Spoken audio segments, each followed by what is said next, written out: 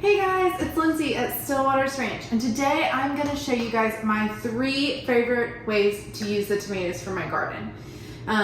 This is an amazing problem to have, but if you're like me, I have tomatoes everywhere. I'm picking so many a day. We cannot eat all of the fresh tomatoes, and I would hate for anything to go to waste. So year after year of having this great issue to have, I have kind of found my favorite ways to use all these tomatoes. So the first thing that I'm gonna make here is tomato jam. I'm just gonna make plain tomato jam today, but you can make a bacon tomato jam, a spicy tomato jam, a jalapeno tomato jam. You can add your twist on this standard basic recipe. Then I'm gonna show you how to make my favorite blender salsa. No cooking, using fresh tomatoes, and it's not too liquidy. So I love that. You can also can or freeze the fresh salsa as well. And then I'm gonna show you guys how I make my favorite marinara sauce or tomato sauce with using my fresh tomatoes. But today, or right now, we are gonna do this tomato jam. We're gonna start with this. So it's super easy. Takes a few minutes to put together, and then it sits on the stove for a few hours, and that's it. I either use it fresh, or I can, or I freeze it. So let me show you. So first, we're gonna get a saucepan, and everything just goes in our saucepan. Our tomatoes, which I have a few more to cut up here, go in here, and this, I typically try to use, I don't know, 1.5 to 2 pounds of tomatoes. You can use a little more as well, as, you know, your just flavors might be a little bit less strong, but I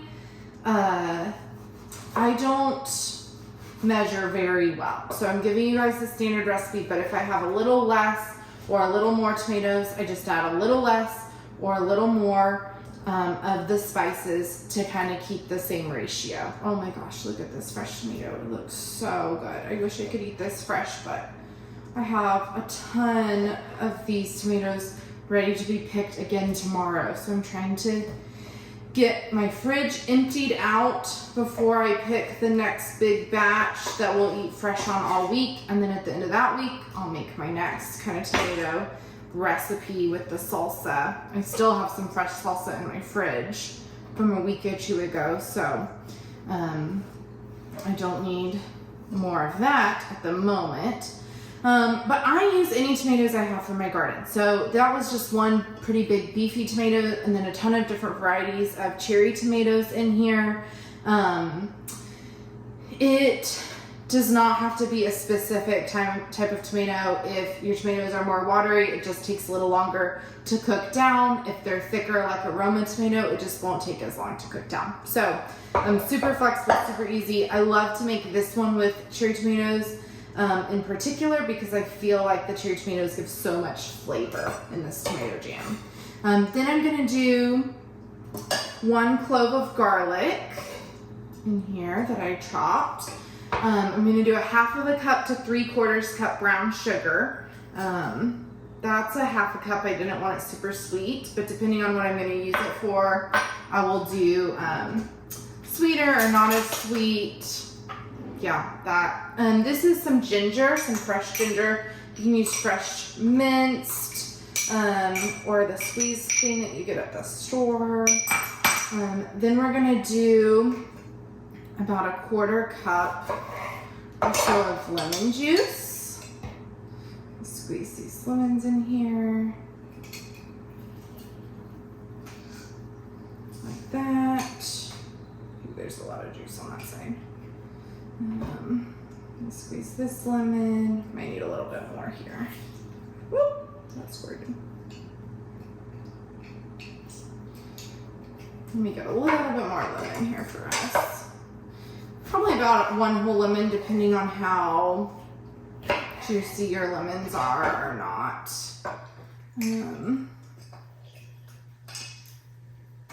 There's that one. and make it a little more citrusy as well.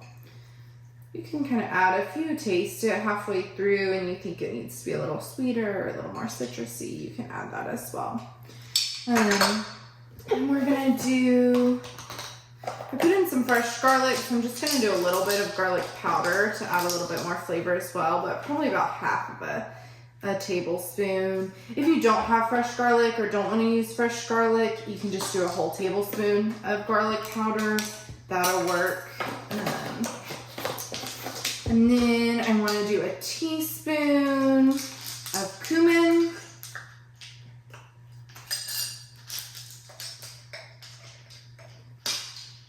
And about a teaspoon to a half a teaspoon of red pepper flakes, depending on how spicy you want it.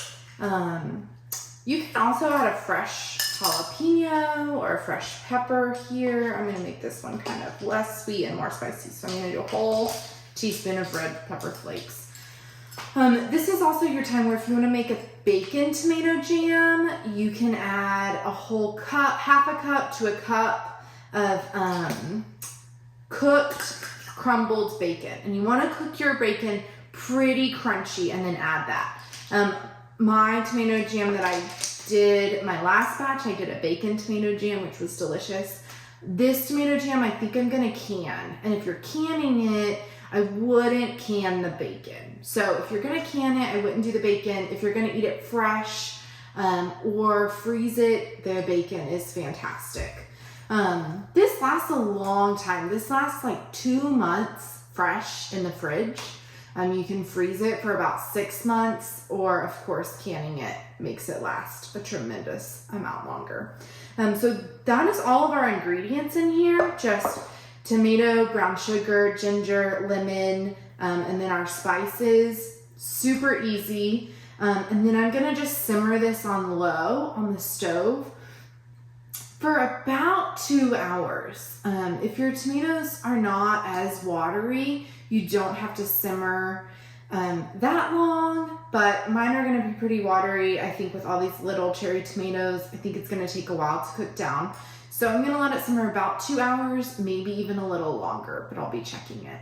And then I wanna just stir it every, 10, 20 minutes. I wanna walk by and just stir so that the bottom doesn't burn. But I'm gonna simmer this thing on low here. Just low like that, stir it up, and I will show you guys how long it simmers and when it is finished and ready to be canned. Okay, this is what it looks like after about 30 minutes. So you can see it's pretty watery, but we're just gonna keep letting it cook down. So yeah, this will probably take about 2 hours or so. And I'm letting it cook down uncovered so all that water evaporates out and those tomatoes break down. Okay, so that simmered for about 2.5 hours until all of the water got out, and it looks like this rich tomato jam, really. It looks like jam. I've let it cool a little bit, and then I'm gonna show you my favorite ways to serve it. Now, this is great on burgers, as almost a thick ketchup with fries or potatoes. It's fabulous on a big cheese board.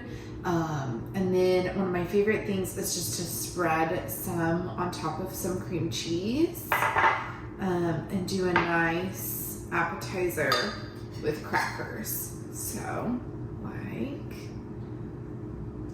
this. Let me get some of my cream cheese. So like this with the tomato jam, and it is so good. Again, you can can this, you can freeze it, or it stays good in the fridge up to 2 months, which is fabulous. Hope you guys enjoy it.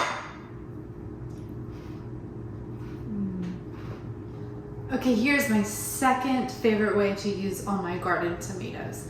In no particular order, I love all 3 of these recipes, but here's the second one for you. I'm gonna make a roasted tomato.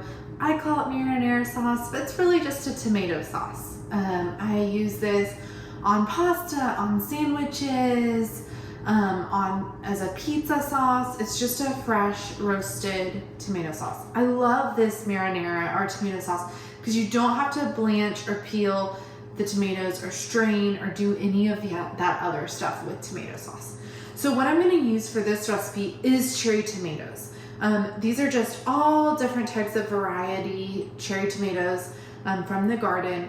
You obviously don't have to use tomatoes from the garden, but if you have any tomatoes that are about to go bad, like some of these are, this is a great recipe because we're gonna roast these and then blend them into a sauce.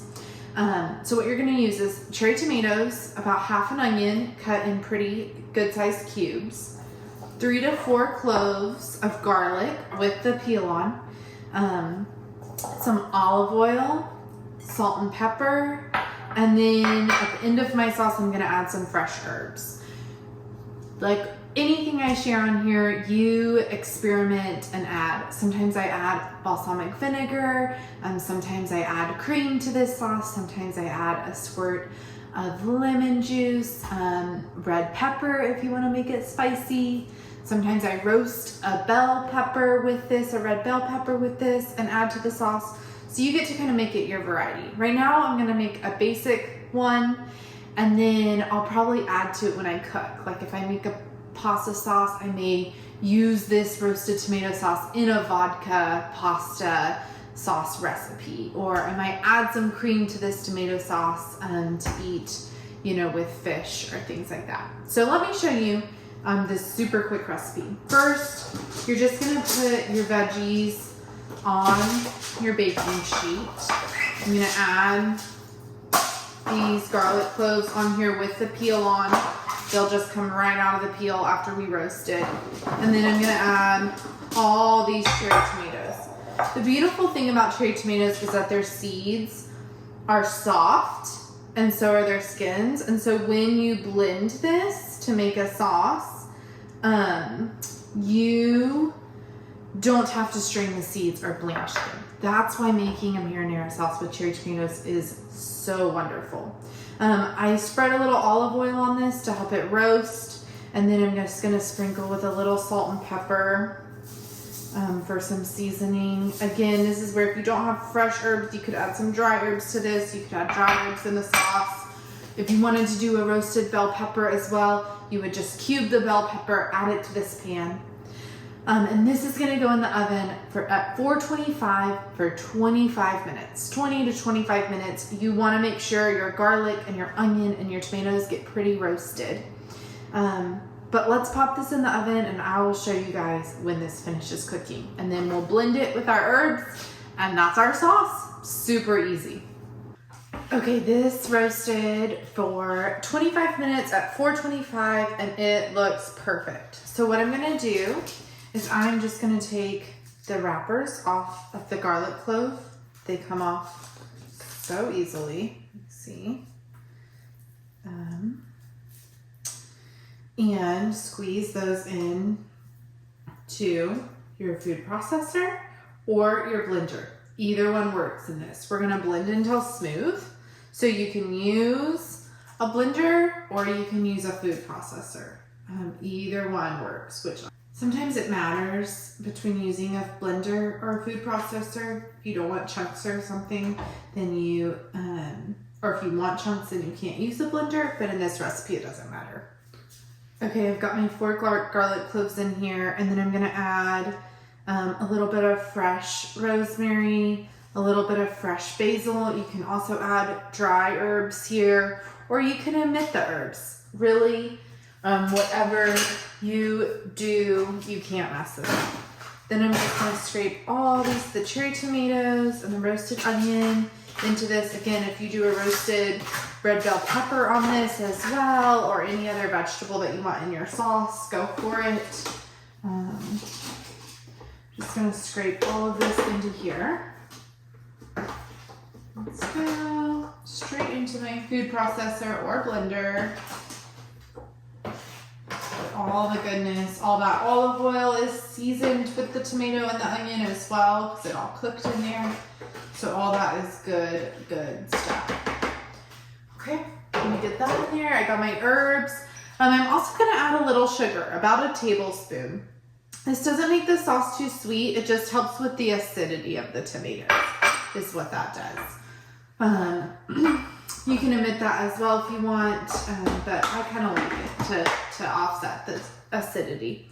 And then we're just gonna blend this until smooth. Okay, this looks pretty blended, pretty smooth, that smooth sauce. And I'm just gonna put this in some jars here to keep in my fridge. You can also freeze this for a few months or pressure can it if you'd like. You need to pressure can it because of the acidity in the tomatoes. But yeah, I'm just gonna keep this in our fridge. We'll use this pretty quickly for sauces. And if I make another batch this season, I'll probably freeze it. I hope you guys enjoy. Okay, y'all, my third favorite thing to do with tomatoes when I have tomatoes growing like crazy is, of course, to make salsa. So this is like all of the things I love to cook, fresh and easy and not a lot of steps. So first what I do is I have some tomatoes. I have about 6 medium-sized tomatoes. Honestly, you can change the measurements as you like. The key to making your salsa not so runny, let me find a good one. The key to making your salsa not so runny is to peel out some of the seeds and insides of your tomato. If you don't mind with your salsa being more watery, you can leave it in. It's not gonna hurt it. I leave it in sometimes, especially if my tomatoes aren't as overripe, so they're not gonna be as watery. I leave it in. Some of these are pretty ripe, so I kind of scooped out some of the seeds and those juices to make it not as watery. Easy to do. So I just chopped these in half, cored them, scraped out some of the seeds, and those are gonna go in. The next thing that's gonna go in is half of a onion. I'm doing a red onion today, but I also use white onion as well in this, or sometimes I do a quarter red, a quarter white. I think both of those flavors are so good. I just had a red onion today, so I'm gonna use that one. And then I'm gonna do a jalapeno. These are 2 little garden jalapenos, but you can do one big one. Yours are a little bigger than mine. I took out the majority of the seeds, but I did leave some seeds and some white in for heat. I don't mind it being a little spicy. And then you're gonna do 1 large clove of garlic or 2 small cloves, depending on the flavor you want. And then lime juice, of course, fresh lime juice. I'm gonna do a whole lime in this. You want about a tablespoon or 2. I love using a food processor because it doesn't get my salsa so blended. It leaves it a little, chunks of things. I think it makes it look prettier as well. So I'm gonna do a whole lime in the food processor. And then for my seasoning, I'm gonna do a pinch of sugar. That helps with the acidity. It helps mild that out. It won't make your salsa sweet, I promise. Just helps make it a little less acid there. And then I'm gonna do about a teaspoon of salt and then a pinch or so, a quarter teaspoon of pepper. So pour those seasonings in and I'll season to taste when I'm done as well. And then this is easy. You can do this in the blender too. Just gonna make it a little more smooth. But I'm just gonna blend this up. Okay, that is it. You have fresh salsa, just like that. It's gonna look a little frothy when you just blend it. That's okay, that's normal. I tend to put this in the fridge for about 2 hours before serving at least, because that froth moves down. You can actually see more chunks of texture and color rather than just kind of looking so frothy like this.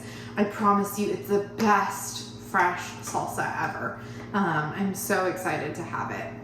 And then this will last in the fridge for about a week to 10 days fresh, which is great. We normally eat it within that time frame. If I make a huge batch, you can freeze it for a few months in the freezer, or you can pressure can this. So if you pressure can it, I do recommend cooking this down a little bit, so it's gonna be a little bit more like a roasted salsa opposed to a fresh salsa. So you can cook this down a little bit to make it less watery and the texture a little bit better, and then you can pressure can it if you want. But again, we eat ours pretty quickly, so we don't have that problem.